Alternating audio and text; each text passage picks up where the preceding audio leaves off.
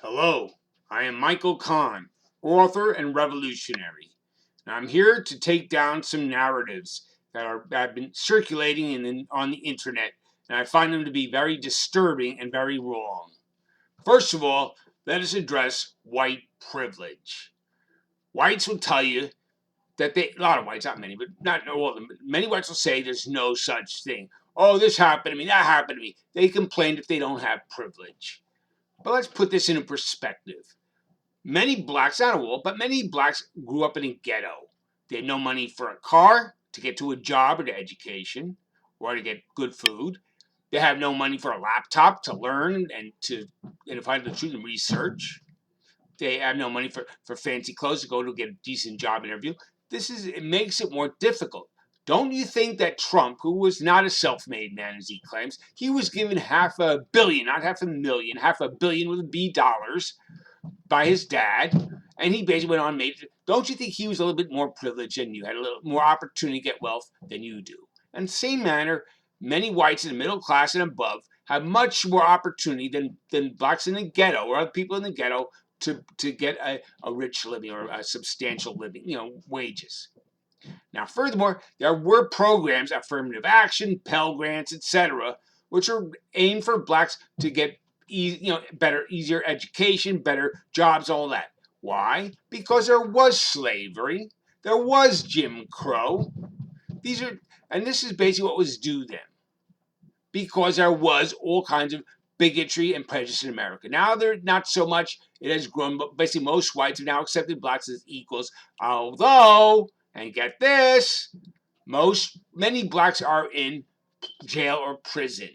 Now, whites will say, oh, it's because they have bad behavior, they don't work hard, they're lazy. But they're not bigoted, whites. No, they're not bigoted. They just think blacks are criminally minded and wicked and evil and lazy. Come on. Wake up. First of all, let's go into the prison system, what it does to blacks. There is systemic racism in the legal system. I don't call it the justice system, I call it the legal system for a reason. An equal percentage of all races do drugs. Whites do slightly more than other races, very slightly more, like 1% more. And however, 3 times as many blacks are arrested for drugs as whites. Systemic racism? Yes. Furthermore, 85% of all incarcerated peoples in this country are there for drug-related crimes. Okay, so you see this now. Now let me read to you a quote from a John Ehrlichman, who was assistant to the President Nixon for domestic affairs. He was jailed, put in prison for the Watergate affair. But then when he got out of prison, this is what this John Ehrlichman said about what that Nixon did. And Nixon started the war on drugs. Now let's hear what he said about President Nixon. The Nixon campaign in 1968 and the White House after that had 2 enemies, the anti-war left and black people. You understand what I'm saying? This is him talking.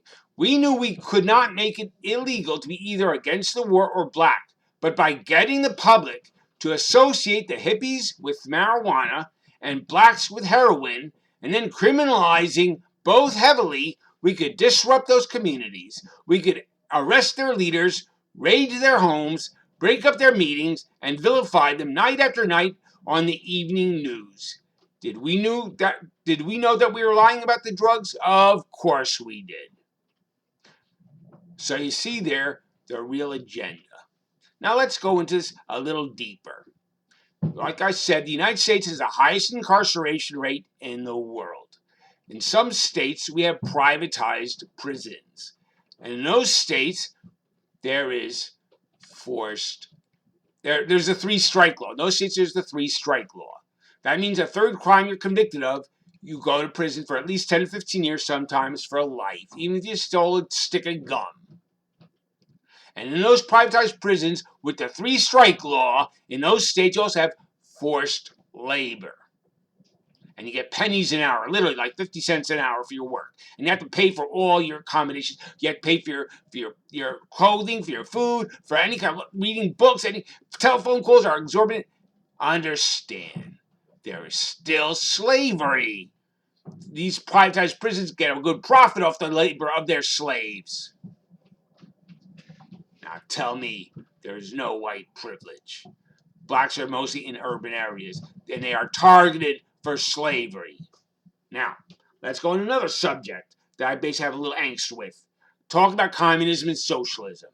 Okay, I am not communist, and I'm just a portionally socialist. I'm just against capitalism. But listen, communism is basically known to be, this is what it is. It's not the same as social. Communism is one party, one government.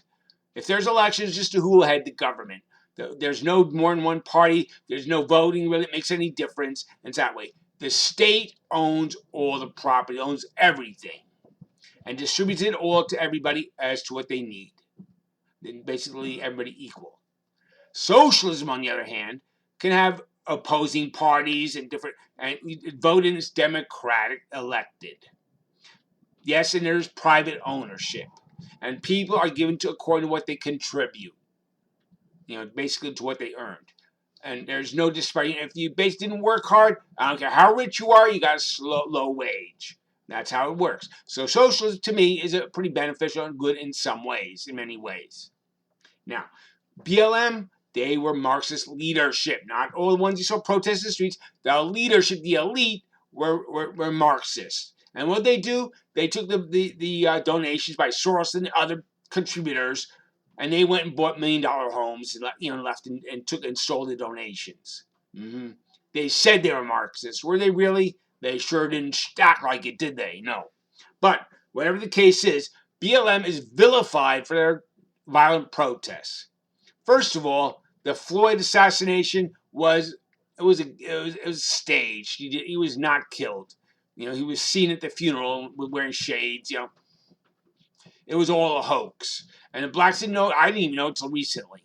But BLM, and by the way, I basically got all the white supporters of BLM. Not all of them, but most of them are there because of me. Starting in 2012, 2013, I had seen cops killing unarmed blacks, running away, lying on the ground with the handcuffs on, eating their dinner, backs turned them.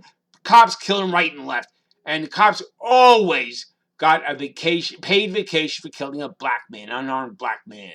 They would basically call it administrative leave with pay. Now, I put this all over the internet for whites to see because I was in white suburban Christian America, and I let them all see. And that's why we got all the white supporters. Now, do I agree with the protests? No. Why? Because marches and protests never get you anywhere. Politicians don't care. Just because the cops have opportunity to beat you up and put you in jail, hose you, pepper spray, rubber bullets,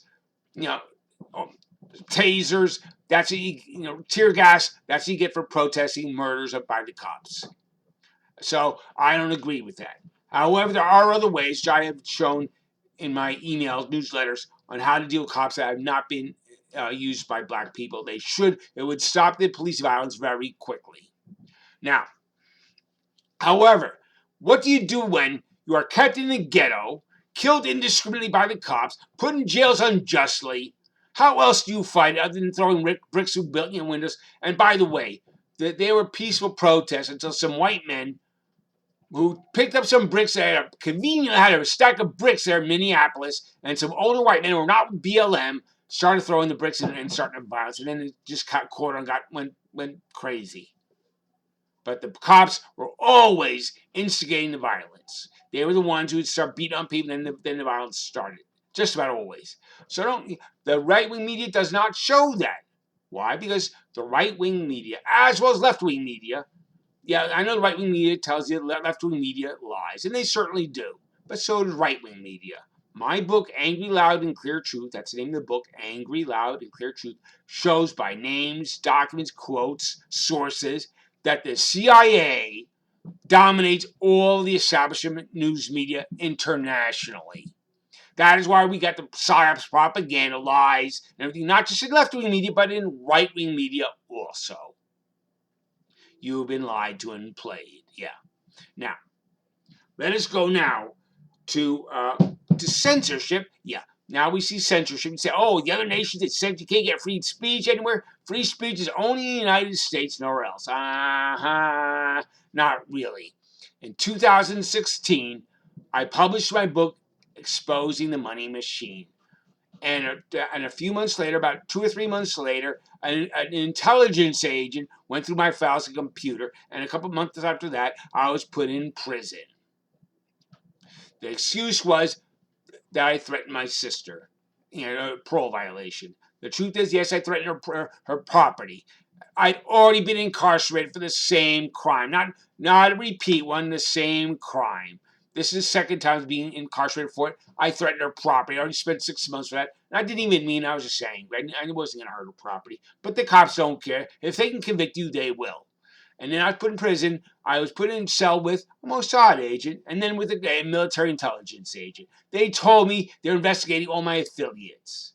They investigated everything about my life. They were watching to see how my book was selling. But there's no censorship in the United States. We see what's going on in the media, and they're getting left-wing radicals as well as right-wing radicals. They are censoring everybody. But the right-wing media will tell you, oh, it's the left-wing doing it. It's the Democrats. No, it is the rich people. The very rich. They're censoring everybody who comes against their agenda. And the right-wing, and while the left-wing media, yes, they lie. The right-wing media is lying too, telling you it's only the left wing. It's all them. They're getting all the censorship. You're getting all the censorship. Right wing's getting all the censorship, and the left wing is all liars. The right wing is too. They all are. No Democrat or Republican politician gets any significant position without proving loyalty to the globalist agenda. Period. They are all bought. They're all a lie. And Trump, no different. He was just a better liar. Yeah, he was tied to the Rothschilds, owned them a lot of money, billions of dollars. He raped a 13-year-old girl on Epstein's Island. I have evidence. I have the charges. And I've seen them. And I haven't. Basically, he was one of them. Okay. Now, about elections, they are fraudulent. Now, how do I know this? Because in my book, Exposing the Money Machine, published in 2016, I showed how Bush and Soros owned, with the CIA, owned all the ballot machines, and we don't know who we have elected for many, many decades. They say who we elected. We don't know who. So when you complain about Trump being outvoted when he was really voted in, maybe so, probably so, but the same point. We don't know who they placed in it. They've been placing people they want for decades. We don't elect people. The elite elects them. We're given a choice between a few rich men and lawyers that they've chosen for us to choose from. And then they tell us who we voted for. It's all a sham. Wake up. Okay. Now let's go into how our nation, U.S. is the richest, best nation. Okay, why are we richest? Because through the World Bank and the International Monetary Fund and the workings of the CIA and our military, we perform coups that put puppet dictators in all the third world nations. They all are basically tools of basic pawns of the United States, all dictators. So why? Then they basically employ their people, their natives, at poverty level wages, pennies to the dollar, for basically to profit our corporations. And we have put in puppet dictators. And they strip the nations of their resources, destroy them, just mining, destroying forests, pollute their waters, so our corporations can make lots and lots of money, and their people starve because of our CIA and our military destroying whole nations. And we've done that to many nations. And look what we do. We employ their people at starving level wages so we can make lots of profit. And what else? We place sanctions on them. We placed sanctions on Iraq, killed 1 million Iraqi children with the sanctions our government put on Iraq. And Iraq is certainly not the only nation we put sanctions on. Let me just give you a few nations that we place sanctions on. Afghanistan, Balkans, Belarus, Bosnia, Burundi, Central African Republic, China, Cuba, Cyprus, Ivory Coast, Venezuela, Congo, People's Republic of Korea, Egypt, Fuji, Guinea, Haiti, Iran, Iraq again, Kyrgyzstan, Laos. We have put so many nations on sanctions, so many nations have brought to deep poverty, and then we'll say we're richer and brag about how much better we are. Shame on you. Educate yourselves. Understand, the United States is the most evil tool of the Vatican, not the Jews. Now think about it, people. The Jews have not been, Israel's not been around for more than like 60 years, 70 years now. So how could they have all the money and wealth and power to rule over the United States, which has been around and very wealthy for hundreds of years? Understands in power. Yes, the Rothschilds were born Jewish, practice it, but Rothschilds are Jewish. The richest people in the world are Jewish. They own the federal bank of every nation now. But who else is rich and powerful? The Queen of England's family, not Jewish. Rockefeller owns Vanguard and BlackRock and makes laws for all these nations, not Jewish. Who's in power? The most powerful person in the world is the Jesuit general. Current name is Sosa Abascal. And he runs all Freemasonry, all banking, and the secret intelligence of every nation. The CIA, which is the most evil nation, agency in the world, is run by the Vatican. The Pope, he is a figurehead, says nice platitudes, and goes around making speeches, saying nice things. Yeah. No, the Sosa Abascal, the Jesuit general, is in power. And Himmler, remember Himmler from the Nazis? He created the OSS in direct imitation of the Jesuit ways because he was a Jesuit. Himmler was a Jesuit. And when the U.S. and other nations defeated Germany, the Nazis, what did we do? We imported 5,000 OSS agents. SS agents, not OSS, SS agents, and turn them into the OSS, later the NSA, and later the CIA. 5,000 Nazis became our CIA. And our CIA works the same way. In secrecy, coups, assassinations, Kennedy, King, Malcolm X, Robert Kennedy, CIA. Okay. And guess what else? What is Israel? Israel is a tool of the Vatican in the U.S. The U.S. is a tool of theirs also. But Israel is put in there as an agent to work for the Vatican in the U.S. as a military presence in the Muslim nations, in the Arab nations, the Muslim nations, used to be a force of our military and impose death and destruction of Muslims for the Vatican. That's why Balfour gave to Rothschild back in 2000 and back in 17, 18, 24, around early 1900s. Balfour gave Israel to Rothschild for the Jewish people because they've been planning World War I, II, and III since 1871. I have all the evidence you will see in my book, Angry, Loud, and Clear Truth. So it is not the Jews in power. It is the Vatican, which has been around for thousands of years and is really an extension of the Roman Empire, which has been around for even longer. So, you see the truth. My book shows it all. Names, dates, documents, quotes, sources. Angry, Loud, and Clear Truth. Also, The Untold Nature of Christianity and Exposing the Money Machine by Michael Kahn. And Kahn is not spelled like other Kahns. Mine is spelled Kahn. Author and revolutionary. Saying goodbye for now. Have a great day. And power to the people.